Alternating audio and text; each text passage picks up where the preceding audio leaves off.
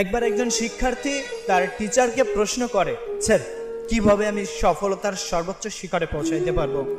তো তখন তার টিচার বলল, চলো আমার সাথে। তো বলতে বলতে তিনি একটা পুকুরে নেমে গেল।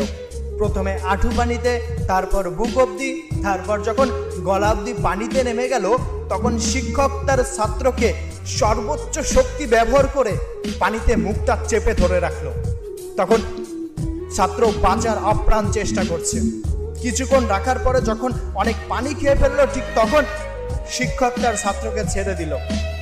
ছাত্র তো রেগে মেগে ফায়ার। তিনি বললেন, sir you are attempt to me murder sir. তখন স্যার বলে, না, আমি তোমাকে হত্যার চেষ্টা করিনি, আমি তোমাকে বোঝানোর চেষ্টা করেছি। আচ্ছা ভাবো তো, আমি যখন তোমাকে পানিতে চেপে ধরে রাখলাম তখন তোমার সর্বোচ্চ কি মনে পড়েছে? তখন তোমার